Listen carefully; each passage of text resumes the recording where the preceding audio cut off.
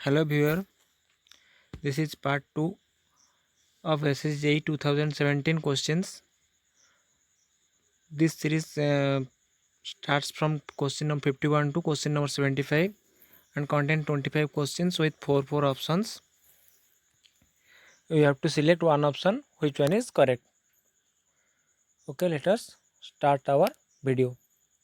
Addition of calcium chloride in concrete results in पहला option increase in strength, दूसरा option retardation of loss of moisture, तीसरा option reduction in curing period, चौथा option all option are correct. तो हम लोग calcium chloride क्यों add करते हैं कंक्रीट में? कैल्शियम क्लोराइड एक एडमिक्सचर होता है, ये हम लोग ऐड करते हैं कंक्रीट में कंक्रीट का स्ट्रेंथ इंक्रीज करवाने के लिए। ठीक है, देन नेक्स्ट क्वेश्चन।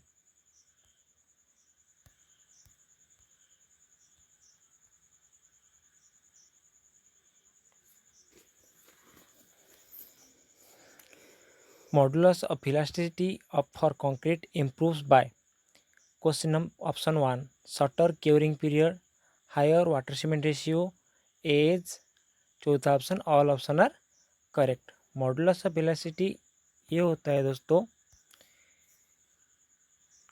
इसको डिनोट करते हैं इसी में अकॉर्डिंग टू IS 456 ये होता है 5000 रूट ओवर ऑफ FCK।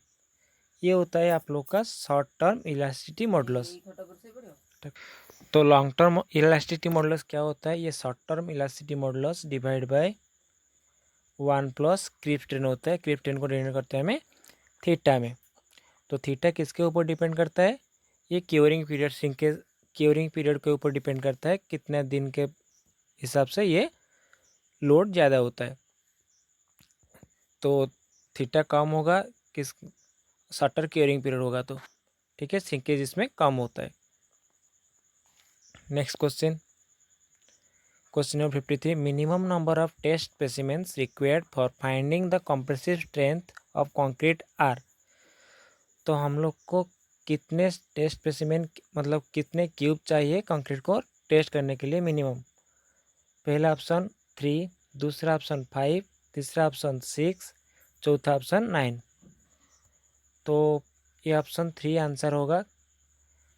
हमें मिनिमम 6 नंबर ऑफ क्यूब चाहिए, 3 for 7 day strength and 3 for 20 day strength.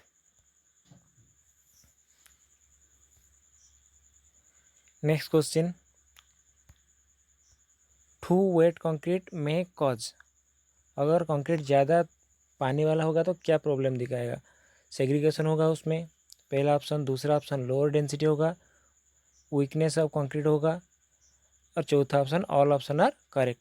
दोस्तों ये ऑल ऑप्शन करेक्ट होगा। अगर कंक्रीट में ज़्यादा पानी होगा तो ये सारे चीज़ आप लोग को दिखाई देगा। Next question, question number 55 curing period is minimum for concrete using. तो हमें किस टाइप सीमेंट में लेस क्योरिंग पीरियड रिक्वायर होता है? तो दोस्तों क्योरिंग पीरियड किसके ऊपर डिपेंड करता है? ये हीट ऑफ हाइड्रेशन के ऊपर डिपेंड करता है। तो पहला ऑप्शन दिया हुआ है OPC, दूसरा दिया हुआ है PPC, तीसरा दिया हुआ है रैपिड हार्डनिंग सीमेंट, और चौथा दिया हुआ है स्लैग सीमेंट। तो दोस्तों OPC में लेस हीट ऑफ हाइड्रेशन होता है, इसलिए इसमें क्योरिंग पीरियड कम होता है। नेक्स्ट क्वेश्चन, दोस्तों ये डायरेक्टली क्वेश्चन आया हुआ है कोड से, मिक्स डिजाइन से। तो ये क्वेश्चन दिया हुआ है ऐसा कि 50 kg of fine aggregate and 100 kg of coarse aggregate are mixed in a concrete which whose water cement ratio is 0.6, the weight of water required for harass mix is। तो हमें कितना वाटर चाहिए एक हरास मिक्स करने के लिए? तो दोस्तों ये एक फार्मूला होता है, हम इसको नोट में दिए हुए हैं कि 5% of coarse aggregate plus 30% weight of fine aggregate हम लेते हैं। कोर्स एग्रीगेट दिया हुआ है 100 kg एंड फाइन एग्रीगेट दिया हुआ है 50 kg। उसमें वाटर सीमेंट रेशियो मल्टीप्लाई करने से हम लोग का आंसर आ जाएगा। ये आंसर 12 kg आता है। ठीक है, आप लोग इससे कैलकुलेशन भी कर सकते हैं। 5% of 100 kg means 5 kg plus 50% 30% of 50 kg means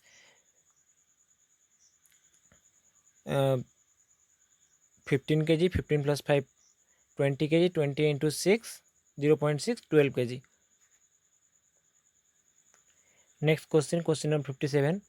In a mix, if the desired slump is not obtained, the adjustment for each concrete slump difference is made by adjusting water cement water content by. दोस्तों ये भी question code से directly आया हुआ है, तो ये mix design से आया हुआ है. अगर हमें डिजायर्ड स्लम्प अचीव नहीं हो रहा है तो हम लोग इसमें 0.5% का वाटर सीमेंट रेशियो एडजस्ट कर सकते हैं. Next question, question number 58. In case of hand mixing concrete तो extra cement to be added is. तो दोस्तों ये ऑप्शन दिया हुआ है 5%, 12%, 10%, 15%. दोस्तों आंसर होगा 10%. आंसर होगा 10%. हमें हैंड मिक्सिंग में थोड़ा ज़्यादा सीमेंट देना पड़ता है क्योंकि इसमें लॉस का अमाउंट ज़्यादा होता है, और 5% दिया जाता है किसमें, मशीन मिक्सिंग में. Next question. If the size of panel in flat slab is 6 metre, size of panel in a flat slab is 6 metre into 6 meter, then as per Indian standard code the width of column strip and middle strip are. दोस्तों ये question भी आया हुआ है आप लोग की IS 456 से, क्लॉज नंबर 31 से. तो ये question according two clause column strip का वैल्यू ये होता है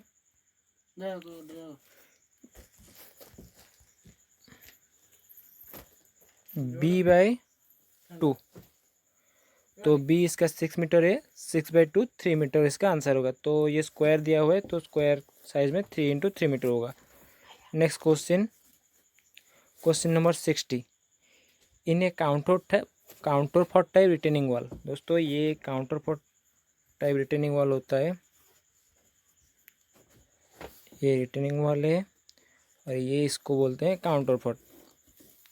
तो ये इस टाइप का वॉल में क्या होता है, vertical slab is designed as continuous slab, heel slab is designed as continuous slab. दोस्तों इसको हिल बोलते हैं, इसको वर्टिकल स्लैब बोलते हैं. ये दोनों को कॉन्टिन्यूस स्लैब के जैसे डिजाइन किया जाता है. सी में ऑप्शन दिया हुआ है. The vertical slab is designed as cantilever, the heel slab is designed as cantilever.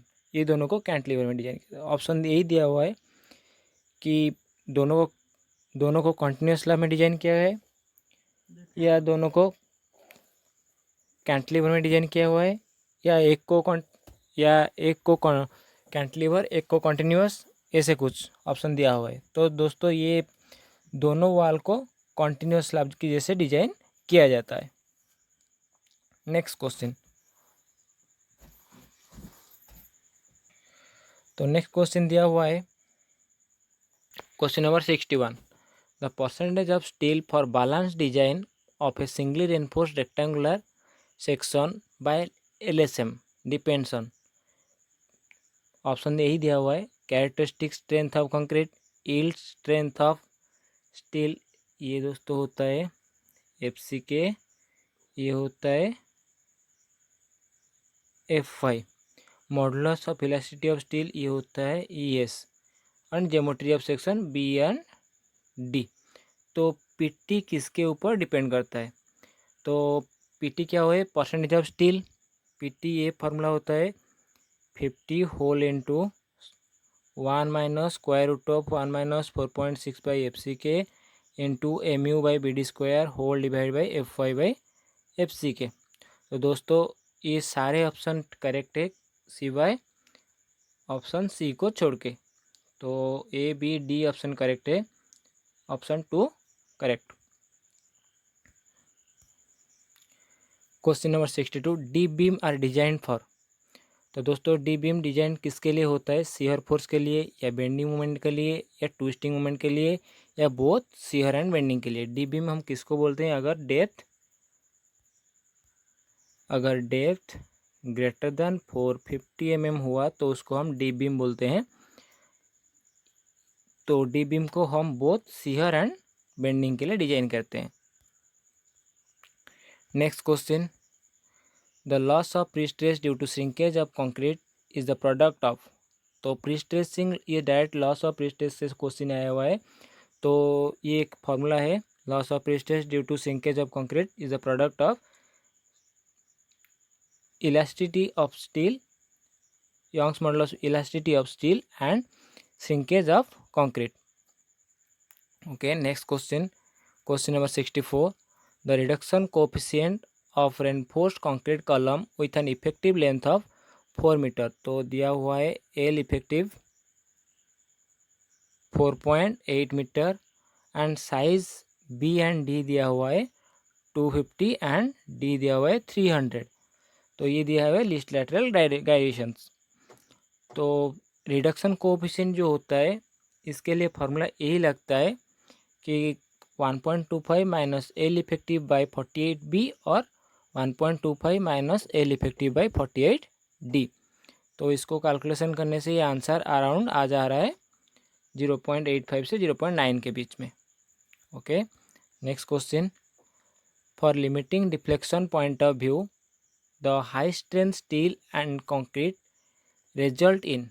तो अगर हम हाई स्ट्रेंथ स्टील यूज़ करते हैं आरसी बीम में तो क्या होता है पॉइंट डिफ्लेक्शन को लिमिटिंग करने के लिए. पहला ऑप्शन इंक्रीज इन डेप्थ होता है, या डिक्रीज इन डेप्थ करना पड़ता है, या नो इफेक्ट ऑन डेप्थ, या नॉन ऑफ द अबव. अगर हम परसेंटेज ऑफ स्टील को घटाते हैं तो डेप्थ ऑटोमेटिकली इंक्रीज होता है अगर हम डिफ्लेक्शन क्राइटेरिया में सेप होना चाहिए. आप लोग को फिगर 4 ऑफ IAS 456 देखने से ये आप लोग को पता चल जाएगा, क्योंकि डिफ्लेक्शन डिपेंड करता है स्पान बाय डी रेशियो के ऊपर एंड पीटी के ऊपर एंड मोडिफिकेशन फैक्टर के ऊपर. Next question. The assumptions that the plane section normal before bending remains normal after bending is used. पहला ऑप्शन ओनली LSM में होता है, या दूसरा ऑप्शन ओनली WSM में होता है, या बोथ LSM एंड WSM में होता है, या ऐसे कुछ अदर ऑप्शंस नहीं है. तो दोस्तों ये आपका आंसर ऑप्शन 3 होगा, बोथ LSM में एंड WSM में होता है. दोस्तों ये मेरा channel MSK civil engineering tutorial है. तो आप लोग को इसे कॉम्पिटिटिव वीडियो के लिए मेरे चैनल को शेयर एंड सब्सक्राइब करना है, ठीक है. और अगर वीडियो अच्छे लगे तो लाइक एंड कमेंट भी करना है कि कैसे इसको और इम्प्रूव किया जा सकता है. तो वीडियो को पूरा देखें बिना स्किप किए गए. Question number 67. Which one of the following statement is correct. दोस्तों हमें यहाँ चारों स्टेटमेंट दिया हुआ है, इसमें से कौन सा करेक्ट स्टेटमेंट है हम लोग को बताना है, ठीक है. पहला statement, shear crack start due to high diagonal tension in case of beam with their waves and high prestressing force. ये दोस्तों प्रीस्ट्रेसिंग से आया हुआ है क्वेश्चन, प्रीस्ट्रेस कंक्रीट से. तो शियर क्रैक कैसे होता है, हाई डायगोनल टेंशन नहीं दोस्तों, इस शियर क्रैक डायगोनल टेंशन के कारण नहीं आता है. Shear design of A prestress for a prestress concrete beam is based on elastic theory. दोस्तों ये करेक्ट ऑप्शन है. तीसरा option, in zone of where bending moment is dominant and shear is insignificant, cracks occur at 20 degree to 30 degree. दोस्तों ये prestress concrete में नहीं होता है, ये सिंपली बीम में होता है. Option 4, after diagonal cracking the mechanics of shear transfer in a pre-stressed concrete member is very much different from that in reinforced concrete member. दोस्तों ये ऑप्शन भी गलत है.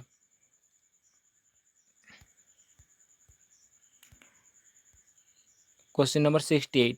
Partial safety factors for concrete and steel are 1.5 and 1.15 respectively because of. दोस्तों steel में ज़्यादा less partial safety factor लेते हैं और कंक्रीट में ज़्यादा पार्शियल सेफ्टी फैक्टर लेते हैं, ऐसा क्यों. तो ऑप्शन यही दिया हुआ है कि concrete is heterogeneous while steel is homogeneous. दूसरा option, control on quality of concrete is not good as that of steel. तीसरा option, concrete is weak in tension. चौथा option, voids in concrete are 0.5 while those are in steel are 0.15%। तो दोस्तों concrete को हम field में prepare करते हैं और एंड स्टील को हम लैब में प्रिपेयर करते हैं। तो लैब में जो भी चीज़ प्रिपेयर होता है वो पूरे ठीक से प्रिपेयर होते हैं और उसमें हमें क्वालिटी कंट्रोल ज़्यादा होता है, इसलिए कंक्रीट में ज़्यादा फैक्टर ऑफ सेफ्टी लेते हैं एंड स्टील में लेस फैक्टर ऑफ सेफ्टी लेते हैं। तो ये ऑप्शन 2 करेक्ट होगा। Next question number 69, the diameter of a rivet connecting plate of thickness 16 mm given by Unwin's formula. दोस्तों ऑनविन्स फार्मूला यही होता है, thickness of plate is equal to T is equal to 6.04 square root of diameter of rivet. तो diameter of rivet 16 दिया हुआ है, 16 का square root 4 है, 4 × 6 24 होगा इसका answer. Next question number 70, fillet weld is not recommended if angle between fusion face is. दोस्तों fillet weld हम इसको बोलते हैं, अगर यहाँ पे देते हैं इसको हम फिलेट वेल्ड बोलते हैं, ये एंगल को हम बोलते हैं एंगल ऑफ फ्यूजन, इसको बोलते हैं हम थ्रोट। तो ये डायरेक्टली कोड से क्वेश्चन आया हुआ है, तो ऑप्शन यही दिया हुआ है, less than 45 degree, greater than 120 degree, less than 60 degree, greater than 145 degree. तो दोस्तों ये option B and C correct है। ये जो फ्यूजन एंगल है ये 60 डिग्री लेस नहीं हो सकता है और 120 डिग्री से ज़्यादा नहीं हो सकता है। तो इसका आंसर बी एंड सी यही करेक्ट होगा। The slenderness ratio of lacing bar should not exceed. तो दोस्तों लेसिंग बार इसको बोलते हैं हम लोग, तो ये बार का स्लेंडरनेस रेशियो कितना होना चाहिए, एज पर IS 800/2007 lacing bar slenderness ratio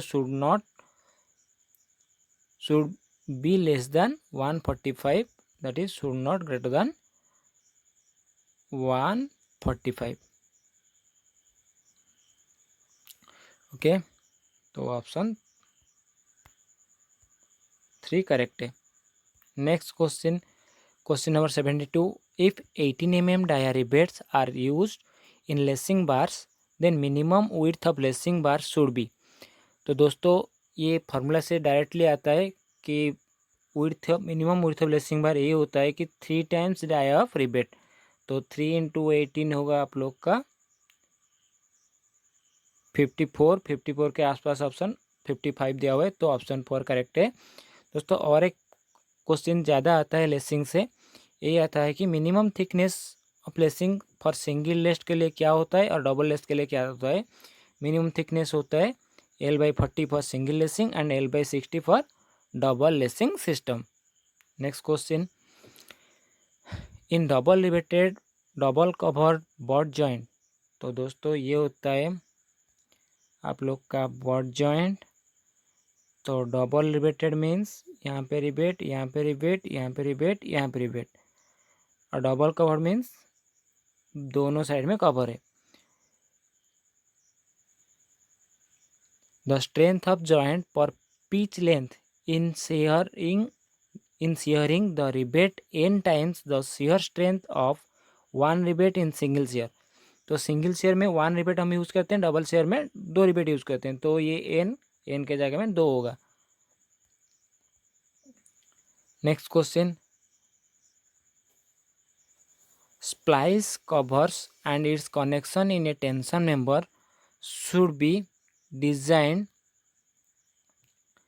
option A दिया हुआ है कि develop net tensile strength in a member to carry 50% of main member in tension member splice are not recommended to carry 33.25% load of main member. दोस्तों ये option तो गलत है, tension member not recommended, ये तो दिया जाता है, ये भी गलत है। To carry 50% of main member, दोस्तों ये हमेशा नहीं लेता है 50%, अगर ये मशीन फ्रेम होगा तो मशीन फिनिश होगा तो 50% लेता है, नहीं तो पूरे लोड लेता है। तो ये ऑप्शन 1 करेक्ट है। नेक्स्ट क्वेश्चन, ये लास्ट क्वेश्चन आप लोग का है, question number 75।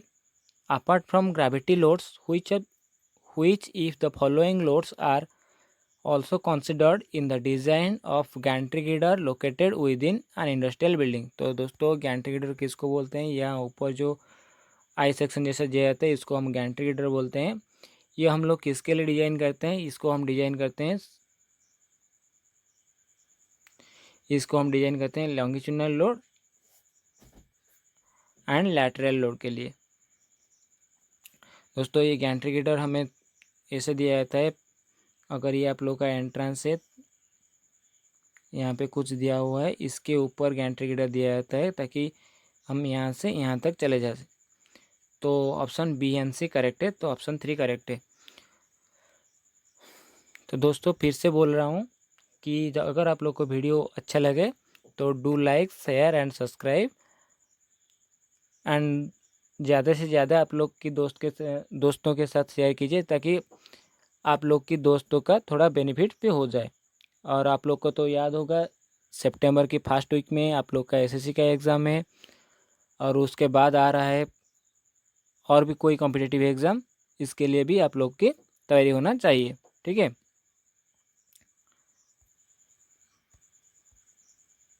Thank you for your patience, and the part 3 from 75 to 76 to 100 question will be coming soon within a week। ठीक है, धन्यवाद।